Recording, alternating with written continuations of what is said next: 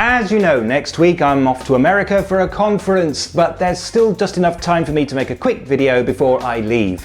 Now, I won't be able to upload any videos while I'm away, but in the meantime you can follow me on Twitter, if you're not already doing so. The other day, Lufthansa sent me some useful information about my flight, which was very nice of them. Helpfully, this included a weather forecast. Less helpfully for me, all the temperatures were in Fahrenheit. So Lufthansa, a German company, sent me, a British citizen living in Germany, a weather report that included temperatures given in a scale that's only officially used in the United States, the Bahamas, Belize, Palau and the Cayman Islands. Now, I'm used to Celsius and I quite like the system because it's very easy to remember. 0 degrees is freezing, 10 degrees is chilly, 20 degrees is room temperature, 30 degrees is hot, 40 degrees is too hot, and 50 degrees is almost certain death. We might think of Celsius as a modern scale, but in fact both Celsius and Fahrenheit were invented in the 18th century and only about 18 years apart. Anders Celsius was a Swedish physicist who invented a temperature scale with the freezing point of water at 100 degrees and the boiling point at 0. At the same time, a French physicist called Jean-Pierre Christin invented a scale with the freezing point at 0 and the boiling point at 100, so it's only fair that we take his scale and name it after Celsius.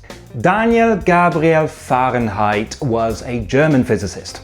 Well, he was born in Poland and he lived most of his life in the Netherlands, but he was German. His parents were apparently quite wealthy, but that didn't prevent them from accidentally poisoning themselves with mushrooms when he was 15. Apparently not one to let things get him down, he became a brilliant scientist and, of course, invented the Fahrenheit temperature scale. There are slightly different accounts as to exactly how he came up with his final scale, but one thing we do know. The reason that 0 is so far below the freezing point of water is that it was in fact the coldest temperature that Fahrenheit could produce in his laboratory. He then calibrated the scale so there were exactly 64 degrees between the freezing point of water and what he thought was body temperature. Why 64?